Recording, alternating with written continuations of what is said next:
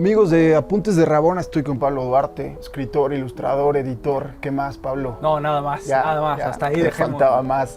Pablo, este lugar te es familiar, ¿no? Sí, buenos amigos aquí. Buenos amigos, en los la de Murciélaga. La Murcia, has presentado ya varios proyectos. Sí, por acá, ¿no? me tocó venir a platicar con Guillermo Núñez sobre el libro de Markson, el último, el que editó y tradujo Sexto Piso, El amante de Wittgenstein, librazo. Entonces sí, aquí, buena onda. Digo, además de tu faceta, de todas estas múltiples facetas, una que me interesa especialmente es tu visión del fútbol.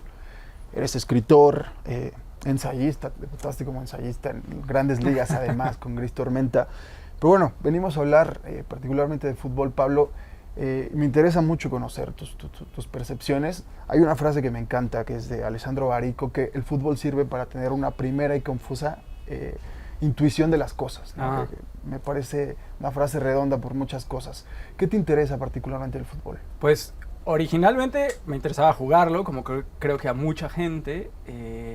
Después dejé de interesarme tanto por jugarlo, en parte por mis limitaciones, pero en parte también porque empecé como a privilegiar otras cosas en cuanto a actividad, ¿no? Pero como que el fútbol siempre está ahí constantes, como desde ese recurso de la cruda del sábado, del domingo, y prendes la tele y medio te acompaña, pero también es esa pues como narración constante o ese discurso constante, un drama en el que, aunque no conozcas exactamente a los equipos o a los jugadores, siempre estás más o menos al tanto de cómo funciona, de a dónde te quieres ir, ya sea por razones totalmente banales y simples, como me gusta más el uniforme de tal equipo, conozco a 2 o 3 jugadores, me suena tal, o por cuestiones de que, qué sé yo, tengo una afición por seguir el fútbol, en mi caso, por ejemplo, el fútbol argentino, ¿no? Entonces, aunque no me toca nada, no conozco Argentina, no nada, estoy contento, enojado, tal, cuando veo ciertos resultados, cuando veo cómo salen ciertos equipos. Entonces se vuelve como esa presencia constante de la que, aunque más bien creo que el fútbol me echó a mí por mi falta de talento, como que no me desecho completamente de esa presencia, pues, ¿no? Entonces, aparte, creo que es la manera en la que vivo el fútbol, ¿no? Como así, un poco más sueltito, más tranquilo, sí. Luego, cuando queremos racionalizarlo, intelectualizarlo, puede suponer una contradicción porque el fútbol prácticamente parte de un componente irracional, sí, ¿no? Sí. Y además tiene, creo, una cosa como muy complicada. Por un lado está todo este rollo como amateur, como del juego, como del juego mismo, ¿no? Esto de lo que habla Bielsa, desde el fútbol, de lo que hablan muchos entrenadores, como la ética del amateurismo y conservar los valores del potrero y tal. Pero por otro lado está todo este componente indisociable y cada vez más, me parece opresivo, como de la cultura de la celebridad, de digamos, de los grandísimos patrocinadores, de los enormes escándalos de corrupción, de solapar de alguna u otra manera cuestiones como, qué sé yo, racismo institucionalizado, opresión política a minorías, opresión a mujeres, ahora que, qué sé yo, como que el crecimiento del fútbol va de la mano también de esas otras cosas, y como que no puedes disociar la experiencia. Leía en algún momento el libro de Simon Critchley, el de ¿Qué pensamos cuando pensamos de fútbol? Sexto Piso también. También lo editaron ellos, sí. Y dice en algún momento algo justo, ¿no? Como que que él en su libro no pretendía ni oscurecer un lado, ni celebrar solo lo bueno, ni oscurecer lo malo, pero que tampoco tenía la manera de resolver esa contradicción, y que prefería dejarlo ahí como una especie de herida abierta. Y creo que justo como que cada vez se vuelve menos posible obviar que esa es una cuestión indisociable, que esa es una herida abierta en el fútbol que consumimos, que vemos, que nos atraviesa, ya sea en una, qué sé yo, en ligas pequeñas o en estos grandes escenarios, el Mundial, la Champions y demás, como que no puedes obviarlo, ¿no? Y eso resulta problemático, resulta complicado, pero al mismo tiempo lo hace interesante, lo hace todavía más interesante, porque como que esa parte sí se puede racionalizar. Quizá racionalizar el juego se vuelve asunto de especialistas, de gente que sabe, se toca más con como el análisis técnico, táctico y demás, y como por ahí está. Pero la parte que creo que merece y creo que cada vez más requerirá seguirla racionalizando es esa contradicción inherente a este deporte, pero seguramente a muchos otros, pues, ¿no?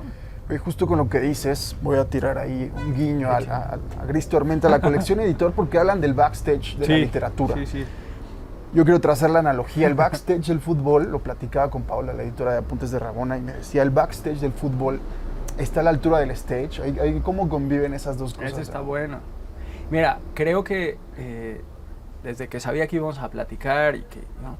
me quedé pensando en eso, y creo que el backstage del fútbol de pronto es bastante tenebroso por esto que decíamos, ¿no? Como digamos, las condiciones, para no ponernos demasiado políticos, pero nada más para tirar ahí, las condiciones materiales para que funcionen las ligas ahora son de pronto condiciones que uno no quiere indagar demasiado, porque cuando indagas o cuando han indagado, pues las cosas no necesariamente son de lo más claro, de lo más diáfano, y pues mejor ahí se deja todo, ¿no? ¿Por qué? Porque es el gran juego, es nuestro juego, bueno, yo solo veo lo que sucede en la cancha y dejamos esto fuera. Y creo que ese es uno de los backstages, que es lo que creo que me interesa cada vez más, como es un backstage al que hay que echarle mucha luz y sobre el que hay que estar, ¿no? Entonces, todos estos periodistas, estos leaks los leaks de la FIFA, periodistas, qué sé yo, como Simon Cooper y estos que están hablando como sobre la economía, sobre el trasfondo más material, me parecen fundamentales. El libro de Meneses, de Juan Pablo Meneses, sobre los niños futbolistas, que de pronto terminan, los que conocemos las grandes historias de los chilenos, argentinos que se van muy pequeños a Italia, no conocemos las de los cientos de jóvenes que por lesiones o por falta de condiciones o por infortunio terminan medio abandonados ahí a su suerte en Europa, ¿no? Como que hay una serie de dramas ahí que creo que no es suficiente con el periodismo que por fortuna se hace, como que toca hacer más, ¿no? Ese es un backstage. Y el otro backstage, creo, siguiendo un poco esta dicotomía, es este otro de el encanto y el entusiasmo y como el rollo más conceptual, más, qué sé yo, en el que te dejas ir, ahora sí que en el que te pones a hacer gambetas mentales, gambetas conceptuales, para hablar sobre lo que te produce el juego, ¿no? Como reacciones al juego, reacciones a la experiencia estética. Estamos hablando un poco de libros, como un poco como lo que este famoso libro de Elogio de la Belleza Atlética tira un poco como esta idea de se puede apreciar el deporte en ese caso, pero el fútbol en particular, como un acto estético con sus propios valores, con sus propias categorías, y funciona, pues, o sea, hay cosas que ver, no es esta tontería, esta simpleza, ¿no? Es tan simpleza y tan tontería como tantas otras que nos acompañan y nos rigen, ¿no? Entonces ese sería otro backstage que creo que está interesante, y quizá un último, es el backstage de la historia, que ese también es bien interesante, el backstage como nostálgico, el backstage que reelabora. Y creo que ahí, en algún momento lo hemos platicado tú y yo, como que no hay, de pronto, por ejemplo, reelaboraciones tan interesantes en el arte con el fútbol, ¿no? O sea, en la literatura, en el cine y esas cosas. El fútbol parece medio resistente un poquito a eso, por razones, me parece interesantes, y creo que esa es otra zona que podría explorarse, ¿no? Entonces, por ejemplo, esos backstages creo que ahí están, se exploran de alguna u otra manera. El más político, pues desde el periodismo se hace, y supongo que falta mucho, falta, sí, mucho más como en muchos otros campos. El otro, el de lo conceptual, quizá cada vez diría que se hace como con apuntes y con tal, como que hay esta necesidad, este gusto, pero siempre hace falta más. Y el de la historia, la literatura, el arte, creo que es el que más... De la historia no, pero el de la literatura creo que es el más problemático, porque pues, como que sí, supongo que hace falta. Y hay un hueco ahí interesante. Entonces sí, esos backstages me parecen que se prestan, ¿no? De todos los backstage tengo preguntas, pero la literatura puntualmente, ¿quién está quedando de ver ahí?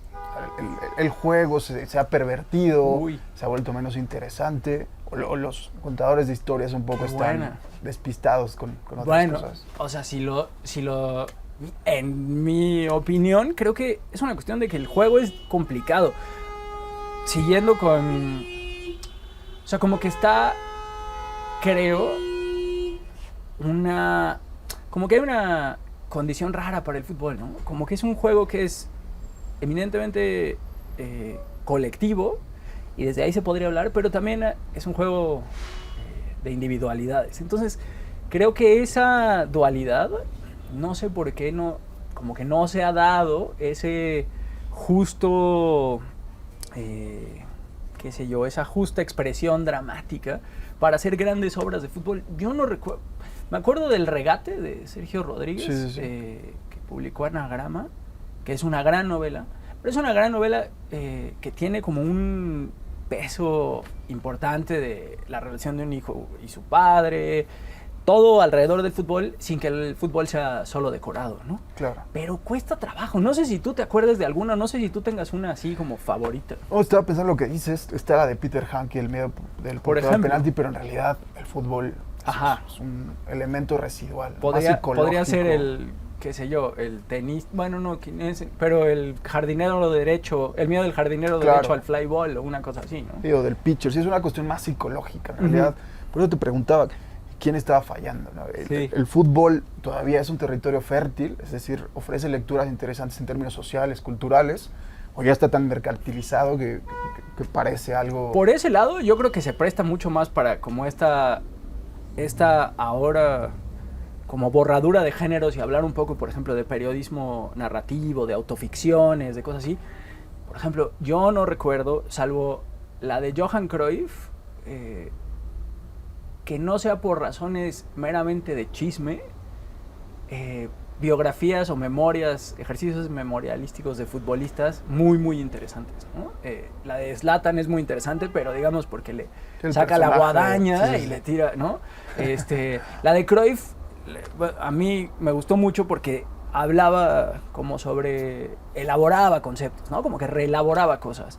Pero digamos, los libros, qué sé yo, de Guardiola que me ha tocado leer, o las biografías de Iniesta, como que no ha habido, creo, ese paso siguiente de libro meramente oportuno a libro interesante, claro, ¿no? Como de esa narrativa que es, claro, muy oportuna porque todos queremos saber cómo hizo Guardiola la transición de irse de Barcelona a Alemania y luego de ahí a Inglaterra. Hablas de Per Arnau, por ejemplo, ¿no? Por ejemplo. Pep. Ajá. O el libro que publicó Malpaso, creo, de Iniesta. Ya. Como que hay, ¿no? Hay ejemplos interesantes, pero que son oportunos. Creo que falta esa disposición al juego, y creo que implica un cierto riesgo. Un riesgo de poner en juego, para quien lo escribe, por ejemplo, el legado, un riesgo de incomprensión. Creo que ha habido intentos, pero faltan muchos más, o sea, como que toca hacer como masa crítica.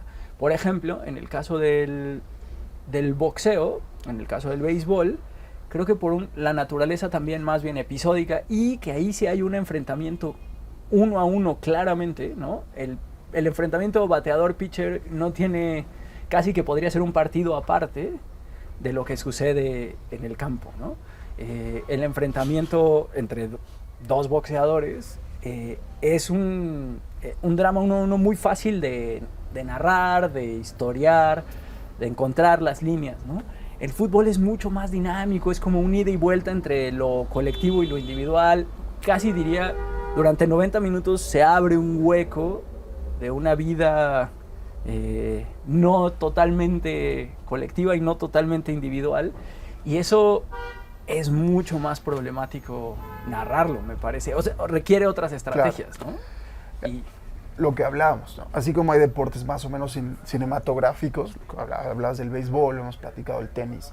O sea, se puede concluir que el fútbol no necesariamente es un deporte literario. por ejemplo, podríamos, o sea, es una postura arriesgada e interesante. Creo que ahí, Ricardo, yo leo ese ensayo que proponga sobre el fútbol, es un deporte no literario, o digamos, antiliterario en este sentido como como de categoría, pues, ¿no? O sea, sí, porque quizá quizá es un deporte, para seguir con las categorías, como post-literario, porque necesita la inclusión de otros géneros, claro, necesita una borradura de esa tradicional representación de la novela, de hacer la mimesis, de hablar de un personaje y trazarle como su arco y tal.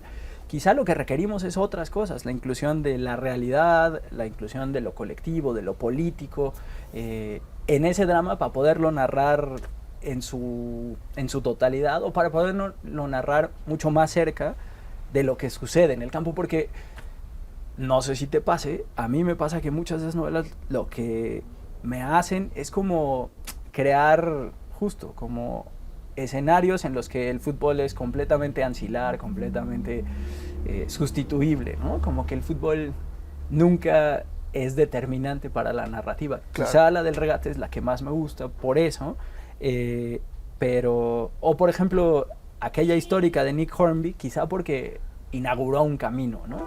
Pero lo demás son biografías o son libros de memorias o recreaciones de cosas y no, como que todavía falta que llegue eso, y es raro un deporte tan popular que no haya llegado todavía, ¿no? Claro, y lo de Hornby tirando más a la autobiografía, Un poco, incluso ¿no? ficcional, ¿no? Repercutirá que a veces el que tiene mucha cercanía con el juego quiere imponer un lenguaje que considera más o menos común, o sea, que él asume de partida que hay un lenguaje común, y que él tiene demasiada distancia, lo ve como algo que no termina de engancharle. Hay un hiato en un punto que está inexplorado, ¿no? Sí, quizá por ahí está, quizá justo como el camino del lenguaje por ahí está, ¿no? Porque como, no sé, es que no conozco suficiente de los demás deportes, pero me da la impresión de que en general los deportes tienden bueno, todas las áreas tienden a crear sus propios lenguajes, ¿no? Y tienden a crear sus propios clichés también.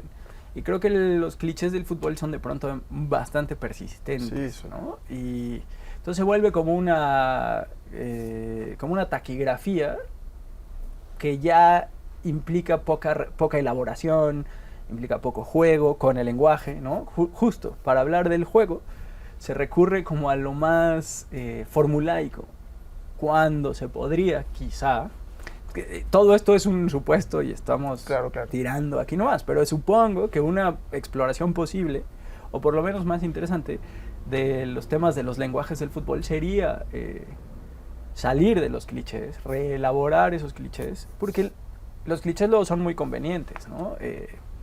Cuando se habla de táctica y de técnica, como que ya están las etiquetas puestas y casi que nada más se cambian de lugar, ¿no? Y son muy útiles para muchas cosas, para explicar conceptos o para detallar, o como cuando se habla de medicina, ni modo que te tires ahí una gran metáfora para hablar del vaso, ¿no?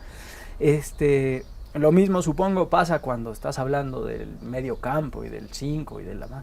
Pero al final creo que también el campo, el contar historias de fútbol requiere el riesgo de contar historias. Y quizás eso es lo que está fallando, como que el riesgo de contar la historia se está escudando en la fidelidad a un lenguaje que quizá ya está muy desgastado o ya está medio ajado, medio visto y por lo mismo pues, como medio flojo, ¿no? Sí, es como, o sea, ya ese lenguaje ya para contradecirme, ese lenguaje ya está como en tiempos extras, digamos, o sea, ya está muerto, ya no tiene piernas, ¿no?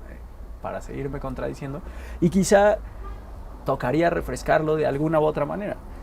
Luego resulta difícil porque hay pocos espacios como donde se puedan hacer esas cosas, ¿no? Requiere tiempo, requiere lana, o sea, es un trabajo para quien lo haga, y quizá no hay tantos sitios donde se pueda hacer, Pero yo supongo que ganas e interés de gente por leerlo hay. Lo que creo que falta es esa mezcla de oportunidad con sitios que se arriesguen, exacto, ¿no? Ideal. Oye, Pablo, qué bueno que hablas del lenguaje, porque a mí particularmente me interesa la corriente del análisis precisamente por eso, porque están proponiendo un nuevo lenguaje. Uh-huh. Yo ya un poco desencantado de los lugares comunes, de gente que admiro mucho, que escribe de fútbol y lees las mismas cosas. Sí.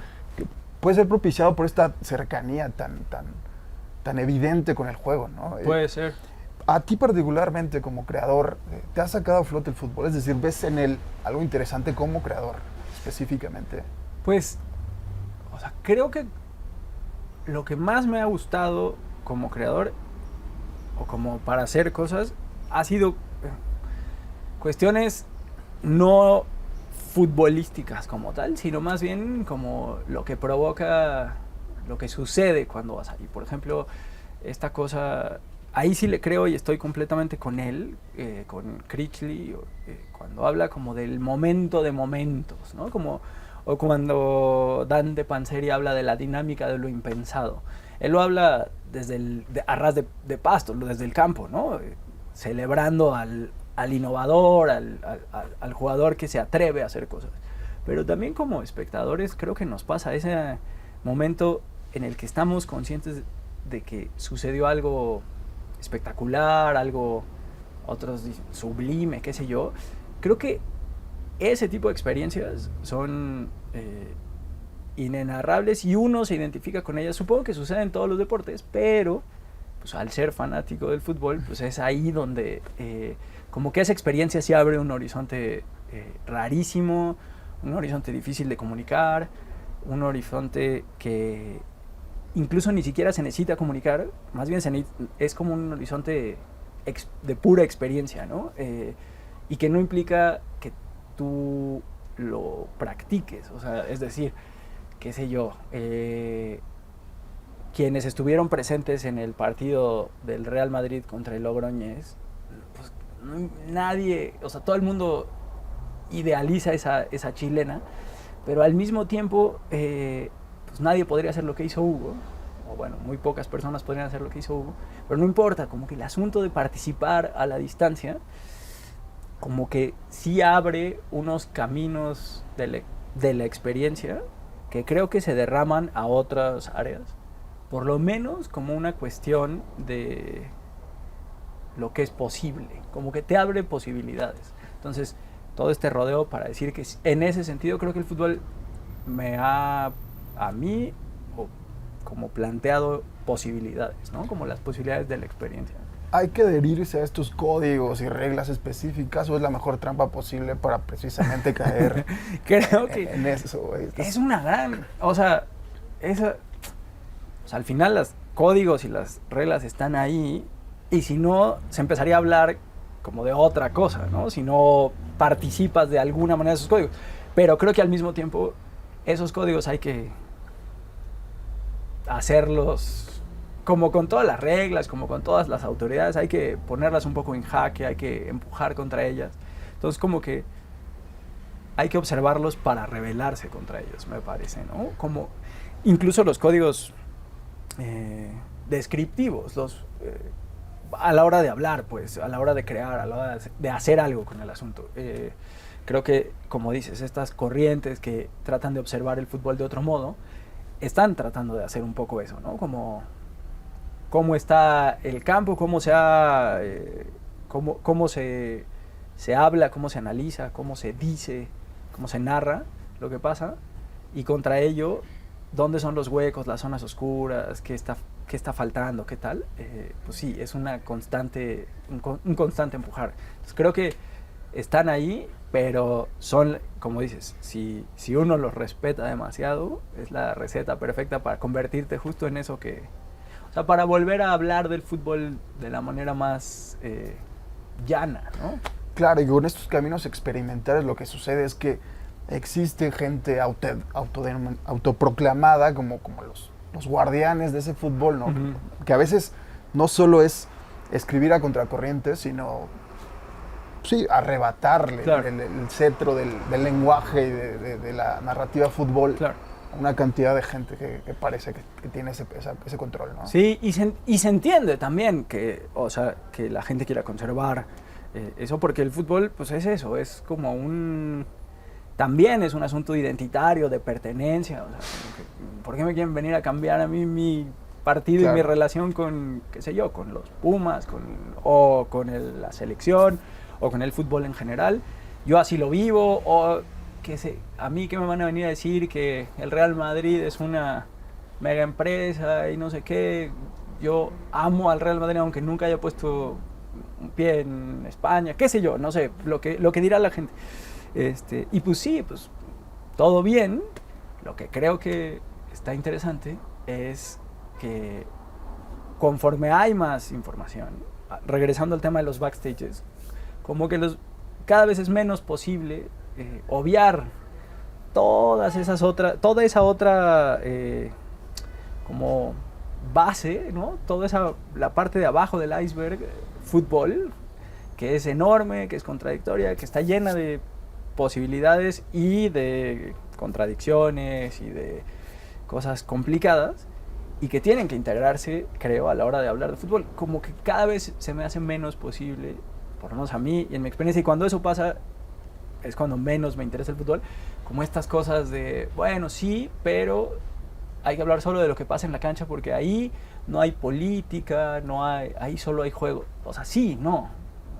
La experiencia de patear el balón es puro juego, pero cada vez menos se puede obviar todas las condiciones alrededor. Entonces, como que eso, trasladado al ámbito del lenguaje, solo haría que el lenguaje se vuelva pues más denso, y el lenguaje denso es como la antítesis del cliché, ¿no? Claro. Entonces sí, creo que por ahí iría. Pues. Sí, el fútbol a veces tiende a ser demasiado rosa, ¿no? Que estos clichés son sí. un poco melosos y sí. se vuelven cargados. Sí, a mí por eso me gustan mucho los libros de fútbol qué sé yo, o sea, por ejemplo, pongo el ejemplo del de Critchley porque me gustó y porque sin ser un libro que hace filosofía a partir del fútbol, como que trata de encontrar como de conceptos grandes, ¿no? En el fútbol. O pienso, te digo, en Panseri, que cascarrabias, idiosincrático y a su modo muy en contra de lo que de pronto ahora se celebra y estaba de moda, o quizá muy en contra de una dualidad que quizá ya se borró, esta del entrenador como dictador que organiza, que pone, tal. Para él la onda era regresar a la chispa y al encantamiento de lo que no se puede predecir. Muy en la línea de Galeano, ¿no? Muy en la línea de Galeano, por ejemplo. Como que cuando hay ese tipo de toma de postura, de toma de riesgo y tal, a mí me parece muy interesante. La obra de Pablo Albaceres, por ejemplo, que no sé si lo pronuncié bien su apellido, pero bueno, este investigador que ha hablado mucho sobre las barras, también como que son apuestas y propuestas que no normalmente lee uno, que la prensa del día a día quizá no ha encontrado el modo de integrar o no ha tenido necesidad de integrar, ¿no? Y es ahí donde me parece que se juega más el fútbol que me interesa a mí que en la prensa cotidiana, a pesar de que estamos viendo el mismo partido, qué sé yo, vemos un partido de liguilla, todos, y se puede describir de todas estas maneras, ¿no? Desde la perspectiva Critchley, desde la perspectiva, qué sé yo, o por ejemplo, desde la perspectiva de una investigadora como Brenda Elsley, que escribió este libro de Futbolera, que es como una historia del fútbol femenil en Latinoamérica, también, ¿no? Desde toda esta zona del fútbol que no se ve, que se oscurece, que se ha mantenido ahí medio en la sombra, que ahora se está queriendo rescatar con mucho esfuerzo. Bueno, como que un mismo partido tiene todas esas perspectivas y creo que pues por ahí está, ¿no? Ahora, trazando una analogía que sacabas a Panseri, Galeano, por ejemplo, en la novela, la novela de no ficción en su momento supuso una revolución. El tema es que fue una revolución de los años 60 y a la fecha sigue siendo la revolución vigente. Es decir, todos queremos seguir escribiendo novela de esa manera. Con Panzer y Galeano pasó lo mismo. Ellos abrieron un camino sobre el cual construir una nueva forma de ver el fútbol, esta dinámica de lo impensado que hablabas. Pero otra vez, todos los que estamos escribiendo de fútbol, seguimos viendo a Panzer y seguimos viendo a Galeano. Esas revoluciones se perpetúan y no sé tampoco si sea lo mejor para el fútbol, ¿no? En general. Eso está muy bien. Sí, por ejemplo, quizá ahí es donde pondría el caso de futbolera de Brendelsic, que es una investigadora muy joven. El caso, no es tan joven, pero el caso de Meneses. Y la verdad es que, o sea, como que por ahí hay un fermento de... toda esta colección que hizo, aunque es un asunto muy nostálgico, pero bueno, como que son otros intentos. Toda la colección que hizo Libros del Cao con Hooligans Ilustrados. Como que hay esos sedimentos y se mueven. Digo, ahí tuve la oportunidad de participar, pero sexto piso en el mundial pasado hizo breve historia del Llamerito sobre la selección y sus traspiés en los mundiales. Creo que también eso, como que hay un sedimento, no, más que sedimento, como una energía, como una dinámica, para usar ese término, que como que pide como que está ahí pidiendo una nueva vuelta a esa tuerca de, perfecto, el periodismo narrativo, el nuevo periodismo, ya aprendimos esa lección. ¿Cuál es la nueva lección que estamos aprendiendo? ¿Qué sé yo? Integrar datos, todo el tema desde la literatura de la autoficción, que en los 80s y en los 90s fue muy socorrido, el tema del barroco, no sé, qué sé yo, como que creo que hay un sedimento que está esperando narrar su nueva historia, ¿no? Este fútbol está esperando su nueva historia, y creo que además es una historia que tendrá que ser necesariamente crítica, porque no se puede hablar de la cultura de la celebridad así nada más. Y vivimos en eso, y en eso está convirtiendo el fútbol, para bien o para mal. No hay distinción entre, iba a decir, quizás celebridad es demasiado, pero no hay distinción entre la vida que lleva Messi y la vida que lleva Harry Styles.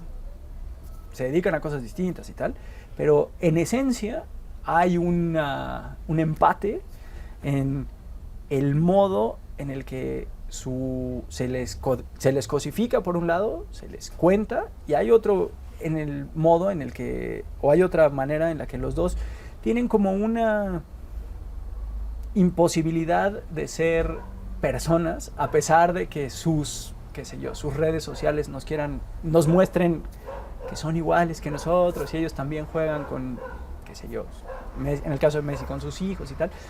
Como que esa misma cultura de la celebridad, que ya está perfectamente empaquetada, tal, es una presencia innegable del fútbol a todos niveles, ¿no? Mayor o menor. Hay que integrarlo, hay que empezar a hablar de eso así, pues. O sea, ese es parte del fútbol. Ya no vamos a hablar, como decías muy bien, como si estuviéramos solo escribiendo como Tom Wolfe en los 70s, ¿no? O sea, tenemos que integrar estas otras. E incluso Tom Wolfe en los 70s estaba criticando eso que encontraba en ese momento. Como que quizá eso, el tema de la crítica se vuelve importante, del lenguaje crítico, y es complicado en una industria como el fútbol, como lo es en una industria como el entretenimiento, porque todo se basa en acceso. Claro, y pues la crítica y el acceso no van tan de la mano, ¿no?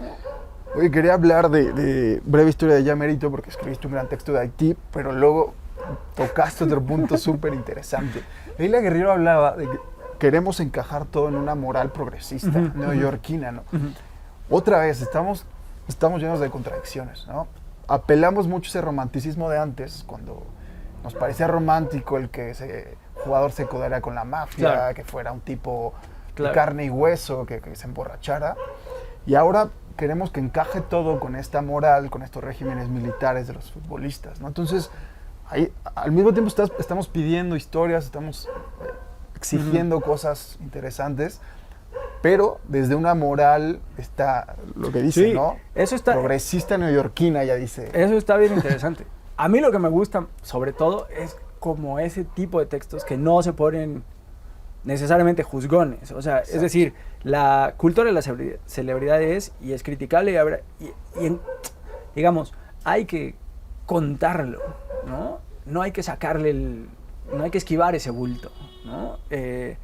Lo mismo con el tema político, lo mismo con el tema... No es suficiente con decir, en ese caso, bueno, sabemos que tal ciudad está en un país que tiene un, ¿cómo les gusta decir? Tiene un historial un poco dudoso en términos de libertades civiles, pero bueno, venimos aquí a ver la final de la Champions. Cada vez es menos importante, diría menos, para mí me parece tolerable eso, sin que por el otro lado nos convirtamos en George Bush queriendo tirar regímenes, pues. O sea, como que lo que importa es hacer la crítica, ¿no? Como enunciar la crítica, y lo que importa, creo, además, es plantear, me parece, para el caso específico del fútbol, como plantear que esa crítica sea una crítica constante. Lo que decía Critchley me parece un poco que en su libro le sacó al bulto, pero pues por lo menos esta idea de dejar como esa herida abierta y que esa herida abierta funcione como herida y no simplemente como, qué sé yo, como señal, como palomita de, bueno, ya cumplí con mi deber moral neoyorquino de decir, sí, pero bueno, el fútbol también tiene un lado negro, chum, ya, gané ese crédito, sino integrarlo a tu crítica del tema, ¿no? ¿Cómo se hace? Supongo que requiere tiempo, requiere esfuerzo, y en ese sentido es que llevo un rato tratando de pensar ejemplos que me hayan gustado de ese estilo. Recuerdo haber leído en la revista Blizzard un par de textos sobre el papel que tenían las grandes empresas estadounidenses que compraban equipos ingleses. Okay. Y es un poco eso, hablaban de historia y hablaban de la necesidad de capital en un mundo futbolístico o en un entorno futbolístico que requiere un buen de capital para poder ser competitivos, pero de cómo negociar. Hablaban del caso de Liverpool en particular, como la historia del club con querer tener un club ganador. O sea, no fingir, regresemos a los valores del siglo XIX, claro, y esto va con una colecta en los pubs, vamos a sacar para pagarle a los jugadores y no importa que no sean los mejores, si somos todos unidos y un equipo. No, integremos esas dos cosas, y era un análisis bastante interesante. Bueno, por lo menos me pareció interesante. Creo que eso se puede hacer, por ejemplo, con el fútbol mexicano, que también es una cosa, una bestia complicadísima. Bueno, pues integrar esas cosas, integrar el papel de las grandes empresas en la crítica, integrar esas narrativas, creo que está padre, está interesante, y creo que se puede hacer más allá de la simple mención, que creo que es un poco, si entiendo bien, creo que por ahí se aplicaría la crítica de Leila, que me parece que es de Leila Guerriero, que me parece que es muy pertinente, pues como que dejar de empezar a palomear esas frases, que también es como lugares comunes de moral, ¿no? Claro. Bueno, sí, pero están en contra de las libertades civiles. Che, ya ganaste porque dijiste. Porque lo dijiste. Sí, hablaba de que a veces no queremos mirar lo que no nos gusta, ¿no? No queremos hablar de lo que no nos gusta y asumimos que porque no hablamos de ello ya no existe, ¿no? Entonces tiene que ver, pero vamos de pantano en pantano, sí. ¿no? A mí me gustaba, ahorita que lo dijiste, me acordé, decía Caparrós en el Mundial pasado, cuando hubo estos criterios de desempate, estos partidos que en el desempate como que no ganaba quien parecía que iba a ganar, no sé qué, decía, a mí me gustaría que de criterio de desempate fuera, que el criterio de desempate fuera los países que tienen mejor récord de proteger derechos humanos, sean los que se lleven el triunfo cuando estén enfrentados y qué sé yo. Como que esa sería una manera de integrar tal. Y hacía como un chiste para su columna, pero que me parece, más allá de las buenas costumbres o no, que me parece que es, insisto, como esta manera de traer ciertas cosas al campo del fútbol. Como que en el campo de fútbol no solo caben los 11, porque no solo están los 22, porque no solo están los 22, están, pero hay un buen de otras cosas, y es lo que creo que hay que traer. Y creo que, como dijiste tú, los códigos, las maneras en las que se habla, quizá siguen teniendo oportunidad de seguir integrando más cosas, ¿no? Como que hacer más complejo ese lenguaje, ¿no? Ahora ese romanticismo queda anquilosado porque además todo tiende a despersonalizar el fútbol, ¿no? Prácticamente todo lo que ocurre atenta contra esa personalidad, Sí, ¿no? sí. Este romanticismo queda ya bastante anquilosado. Y además el romanticismo ya está empaquetado de una manera muy particular, porque, o sea, como que ya, o sea, si no es nostalgia, el día a día, pues no es tan romántico y más bien es como pura exposición, ¿no? Claro. Y entonces, y está bien, así se consume, es el momento, pero bueno, pues, justo, empezamos a crear una ficción de un fútbol que no existe en ningún lado, ¿no? No es ni el fútbol del pasado, porque ese ya no existe, y tampoco estamos describiendo el fútbol del momento, porque pues, es otra cosa completamente distinta. Entonces sí, como que hay ese desfase, ¿no? Pero creo que al final, a mí me parece que siempre todos terminan diciendo, bueno, sí, pero el fútbol es una belleza y estas cosas, y creo que también se puede terminar de la otra manera.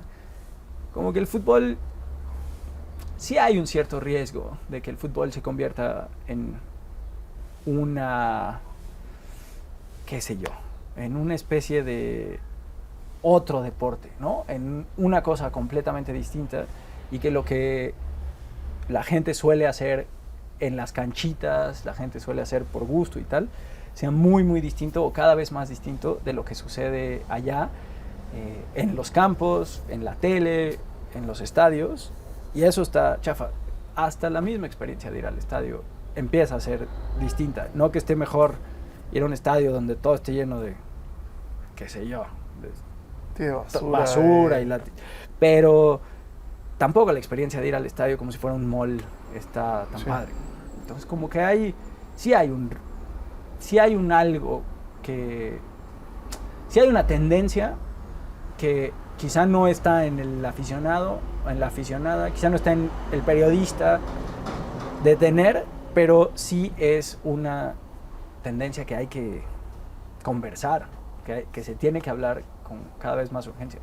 Y regresando justo al principio, como que creo que ahora mi relación con el fútbol es así, un poco más como supongo que porque ya envejecí, como un poco más de cascarrabias, como de, claro, como que me molestan cosas, me pongo así, y creo que hasta por eso cuando lo veo con más, como con más entusiasmo, pues, ¿no? Como que está integrado esa como ira, ese desazón y tal, y eso, qué sé yo, me hace querer que algo pase, ¿no? Ya, oye, retomando esta idea de contar el fútbol, tú fuiste editor mucho tiempo de Letras Libres, que probablemente sea una de las 3 mejores revistas, mejores y supervivientes, que ya es una cosa, culturales en México.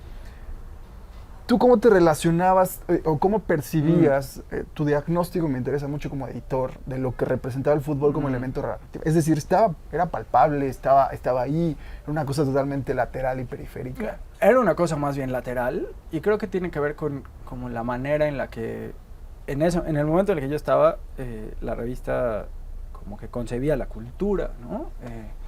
Cada vez se abría más, y creo que quisiera creer que haber estado ahí ayudó como a mover ese camino hacia ámbitos, qué sé yo, más diversos de la cultura. Mi chamba se concentraba sobre todo en el sitio de internet, entonces ahí había mucho más juego, y creo que ahí había mucho juego para hacer cosas, ¿no? Para que el fútbol, y no solo el fútbol, sino, qué sé yo, la novela gráfica, los dibujos animados, la música, los escándalos de internet, qué sé yo, todo eso se vieran como elementos no solo narrables, sino analizables y criticables, para regresar a este asunto como de la crítica, ¿no? Como para integrarlos al discurso. Claro. Y el fútbol está integrado en el discurso, la cosa es el lugar que le queremos dar, ¿no? Entonces creo que cuando yo estaba ahí, supongo que era muy distinto al principio, o sea, muy al principio, pero cuando yo estaba ahí ya estaba bastante más integrado, pero seguía siendo un discurso lateral, o sea, era un discurso más como de oportunidad periodística. Si se acercaba claro. una fecha importante, el mundial y tal, si pasaba algo, ¿no? Pero no es que fuera una discusión constante, como creo, no sé si es tu experiencia, como que en general los deportes tienen como ese lugar bastante más marginal en el discurso, ¿no? Como que son de oportunidad. Y pues no necesariamente, o sea, para los que nos gusta, pues como que no es así nuestra vida cotidiana, como que hay muchas más resonancias y está mucho más presente el deporte de lo que supongo la prensa nos diría, ¿no? Claro. No sé.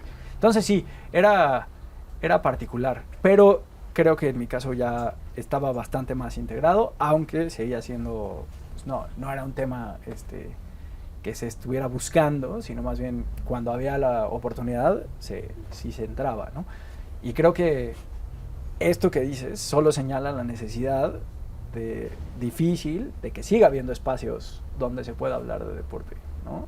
Si dijiste tú de las pocas revistas culturales que sobreviven, y también revistas de deportes, cada vez hay, o sea, bueno, especializadas, cada vez hay menos. Y también esa es una pena tremenda, porque con los espacios, pues con esos espacios donde se le puede dar paciencia, interés, cuidado, curaduría y tal, pues cada vez se pierde más la posibilidad de llegar a discusiones que salgan de tirar una parrafada en alguna red, que también está bien, pero pues digamos se queda a ese nivel, digamos, como de visceralidad, de expresión más bien de impulso, y las conversaciones pueden ser medio circulares, medio tal.